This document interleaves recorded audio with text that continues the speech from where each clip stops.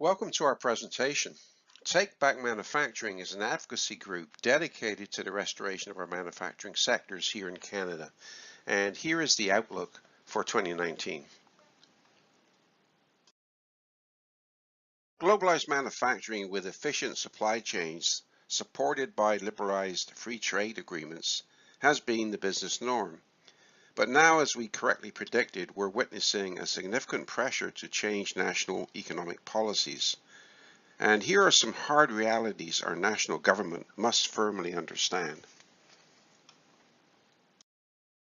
In the last 3 decades, Western governments subscribed to the liberalization of international trade.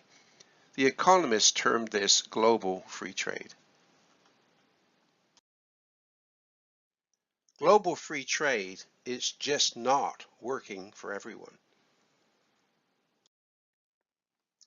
To support the outlook that we've just described, let's look at manufacturing trends. Now, these are very recently updated trends for our Canadian manufacturing economy from the CME, the Canadian Manufacturing Exporters Association. And it shows a dismal outlook. It shows that our manufacturing trade deficit has got 10 times worse since 2000. This, of course, has also reduced our manufacturing share of our home market by about 20%, and our global share of manufacturing has declined by 50%. So it's clear when you look at the countries where trade is out of balance and adding to our deficit that they're mainly emerging economies taking advantage of the significant wage differential, or perhaps leveraging their national industrial policies that have a far better focus on supporting their manufacturing sectors than we have in Canada. So we continue to lose ground, and this is an ongoing disaster. And although we hear some talk, we see zero government planning to halt this decline. Between 2000 and 2008, we experienced a 25% reduction in the Canadian manufacturing workforce, with 10,000 plants forced to close in Canada. These operations constituted about 50% of our small and mid-sized enterprises, with most of them in Ontario, the so-called Canadian manufacturing heartland. And these were mainly small operations that could not easily join the offshore supply chain and were replaced by offshore capacity as their supply chain relocated offshore. Over this period, 500,000 people were removed out of the manufacturing workforce and redeployed into part-time and lower-paying service jobs, with about 300,000 of these in Ontario. Many continue to struggle to find full-time employment, with many underemployed in part-time situations. And many economists and politicians try to blame this employment change on the 2008 financial crisis, but all of this change happened before 2008. And this unplanned globalization of our manufacturing base is the prime reason for adverse employment change, unfair wealth transfer, increased inequality, and declining prosperity in Canada, as is true for most Western nations. Another significant issue is that we have about 1 million young Canadians under or unemployed, or not able to correctly follow an effective career pathway. Our youth unemployment rate is in double digits. As the low youth participation rate will show, many stay longer in post-secondary education and fall further into debt. Many end up being overeducated and undertrained and light on the early life industrial or business experience that they need to take their place in the workforce to replace the industrial knowledge and experience as the older working population plans to retire. At the conclusion of this debacle, some economists who should have already known the answer questioned why our national productivity had dropped by 10% in the last decade. Well, it's easy to explain. We've extracted all of this demand from our manufacturing capacity, and so we are now, due to this demand reduction, carrying far more overhead and attracting far more cost per output. Also, service and resource sectors are inherently less efficient than the manufacturing sectors, so the decline of the manufacturing sectors has reduced the average national productivity percentage even further. This, of course, has created a vicious cycle of even worse competitive performance, further attracting the move toward offshoring more manufacturing. All this disruption and the dislocation of the core manufacturing population has created an ongoing skill shortage, as any upturn in demand for skills cannot be met by the destabilized and relocated labor pool. Now, it's not by any stretch a labor shortage, as many are still at least underemployed and many have given up looking for work, but it is a skill shortage, even further exacerbated by employers who have neither the budget or the time frame or stability to offer training programs. The educational system is also a shadow of its former self as far as providing skill training in this regard. So the outcome, a weird inversion of some jobs but no skills, and some skills but no jobs. And certainly the youth underemployment is a huge issue. In other words, a huge unplanned mess. Due to this bad journey, Ontario is now the Canadian Rust Belt. It continues to struggle with government debt due to the growing imbalance between public and private sector jobs. It's no wonder that the province has so much debt, with tax-paying employment lagging the expenditures on these government services. Due to this economic shift, the real cost of living index is escalating. And as we have shown, our economic prosperity index is trending worse for most of the population. Our bankers show growing concern about citizen debt having to fuel consumer spending and only achieving anemic economic growth. Any hard-earned capital is being deployed into wasteful rent-seeking assets such as inflated housing prices rather than manufacturing and infrastructure that would far better assist the economy. So we're seeing foreign capital and stock market speculation contributing significantly to this rent-seeking and forcing demand and prices up without any real value to our economy. Governments, both federal and local, are very slow to react to this debacle. The problem is that globalization is not working. It's not working for our governments, both local and federal. It's not working for a very high percentage of our corporations and small and medium enterprises. It's not working for a large part of our citizen population. And it's absolutely not working for our younger citizens. Debt is increasing on all fronts. For most Western nations, it's just a going out of business plan.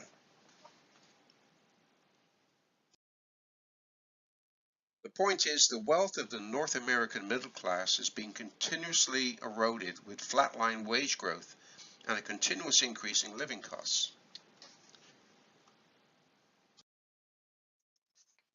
Recent social unrest and anger with national government policies is now spreading, and is a strong signal that the Western populations are reaching a high threshold of dissatisfaction.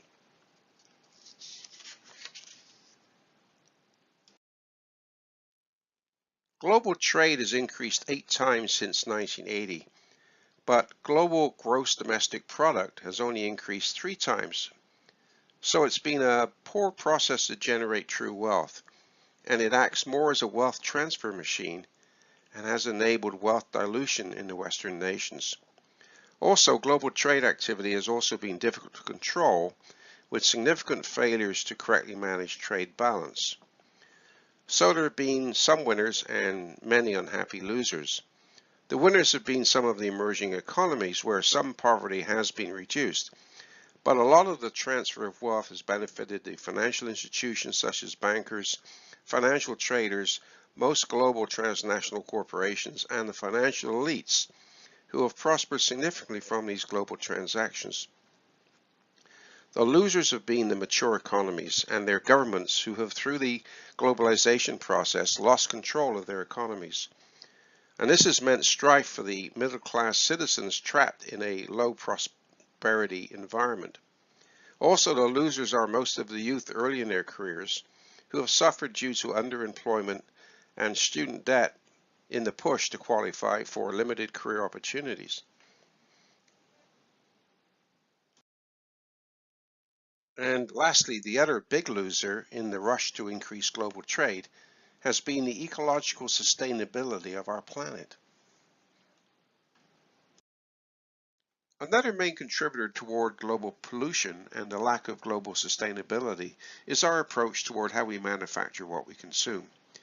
Due to liberalized free trade, we have over-globalized our manufacturing, because this consists of moving resources from one place to another to access low-cost labor and then transport products to others elsewhere to consume.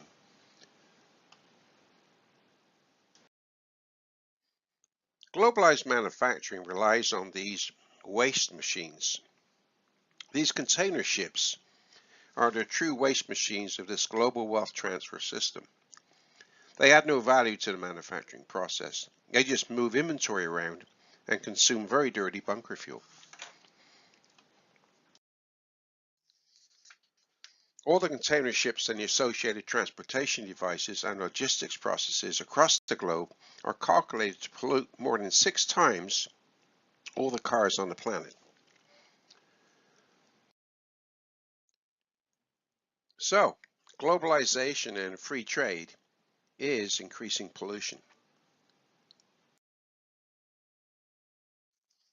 Our experts have conducted a lean review of the current globalized manufacturing supply chains. And we're just horrified at just how unsustainable they are in both a business and ecological sense. The current globalized manufacturing trade model is far from lean and uses long supply chains that attract significant non-value-adding process steps and adds unnecessary costs. The current ultra-low interest rates enable long-distance manufacturing activities that are inventory intensive and would be highly unsustainable if those interest rates were at normal levels for a healthy, self-sustaining economy. Further, manufacturing gets globalized to third world countries that are typically the sources of low-cost labor. These third world low-cost countries operate far less efficient production systems and generate far greater resource waste and pollution and provide higher health risks and generate far higher safety issues.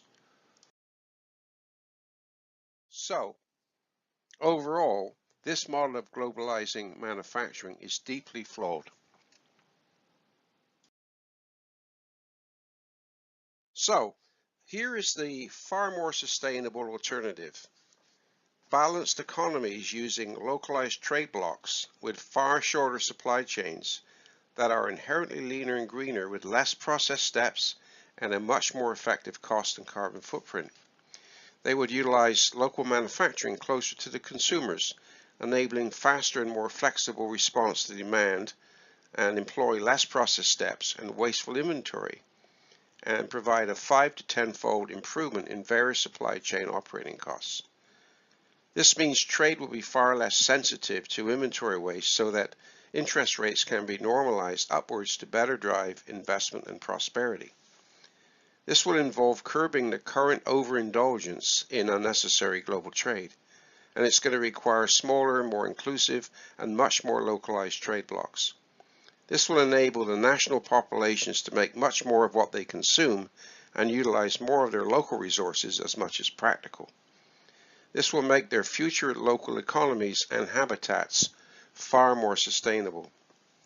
So when we investigate the feasibility of such localized trade blocks, we found that, for example, a North American trade bloc that followed this sustainability agenda would need to import very little from outside its trading bloc zone.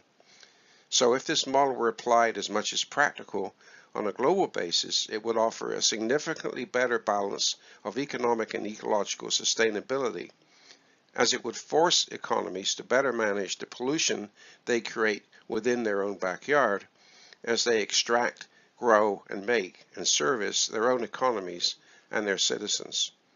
Also, the local increased demand for the value-added effort to achieve this will generate further increased GDP and wealth within an economy that would reduce wasteful labor arbitrage and the harmful free flow of capital between economies, and further force economies to be in far better balance as far as import and exports are concerned.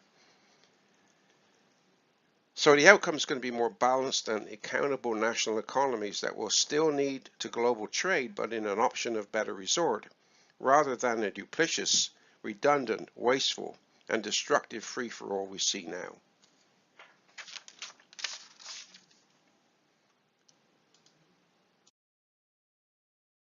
Now, this far more sustainable concept is a 180-degree shift away from the current form of globalization.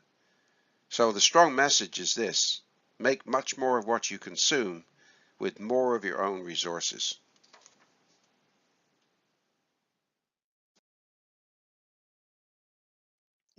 We must remain realistic but resolved. It's not being proposed that global trade should not exist, but due to the considerations mentioned already, it must be considered more as a secondary option, and if undertaken, it must be balanced and waste-free.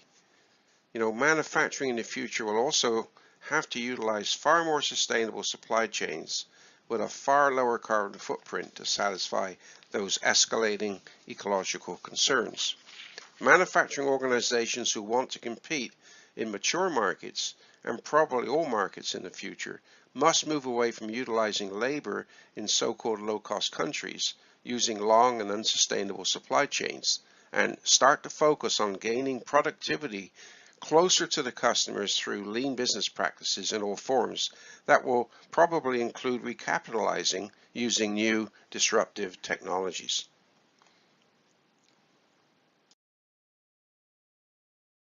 To summarize, globalized manufacturing generates the need for long supply chains, which, as we have demonstrated, are far less sustainable. This dichotomy between multilateralism and global sustainability has never been more apparent. Global free trade was driven by the unrealistic economic concept of comparative advantage. And many economists, against all facts, still have a religious fanatical belief that a free market doctrine, driven by multilateral organizations, is the only solution. In the last 3 decades, they have conditioned us to believe that global free trade is the only solution, and that it's a God-given right for one nation to expect from another. Now, this is absolute nonsense. Nations need independent trade sovereignty and controls. Each nation must have the right to choose with who and how it trades. Their real goal is self-sustainability and the welfare of their citizens. So many now firmly believe the current global free trade approach is highly unsustainable and not in the best long-term interests of citizens of most national economies. So this new realization has reset the direction for political leadership, and this is now forcing a move away from global free trade and the associated agreements driven by international multilateralism, and a move more toward more regional trade blocs with a strong focus on more balanced trade and far greater national controls on capital transfers and borders. It's clear now that global trade blocs will be far more regionalized and may eventually look like this.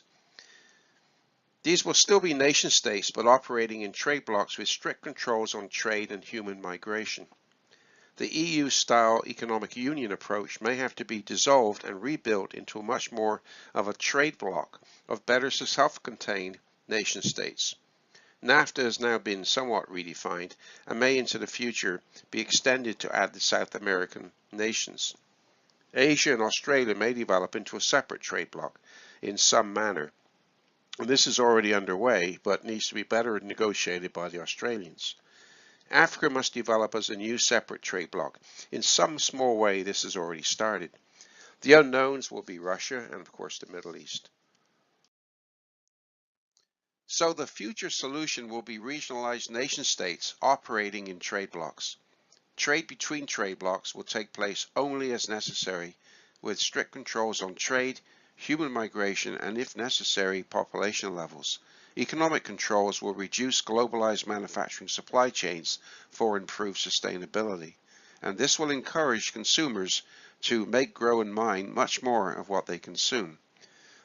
IP trade will be much more controlled, and interblock technology or products will be franchised or licensed toward localized manufacturing centers closer to these customers. Many now believe President Trump is at least conceptually correct in his strategy to better manage the U.S. trade balance, and through more restrictive trade agreements, focus on producing more and import less of what the USA consumes as a nation.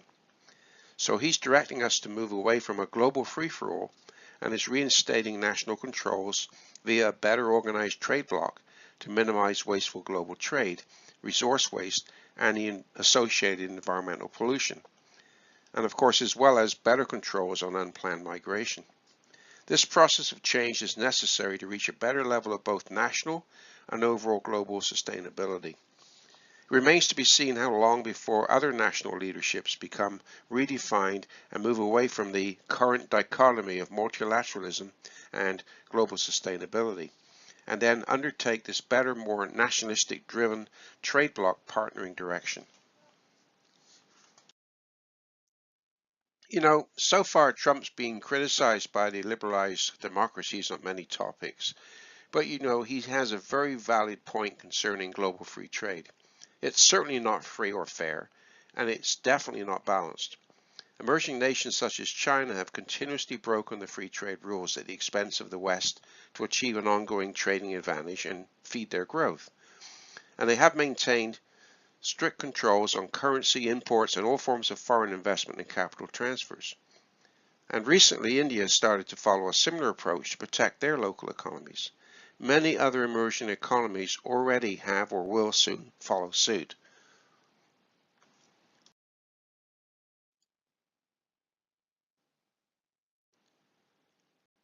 In summary, we predict that global economics are now in transition from a global free-for-all towards a much more controlled local trade bloc model that must be better managed by nation states.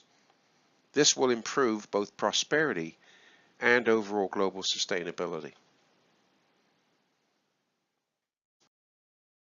For more about TBM, go to www.sme-tbm.org and also read our article, Take Back Manufacturing 2019.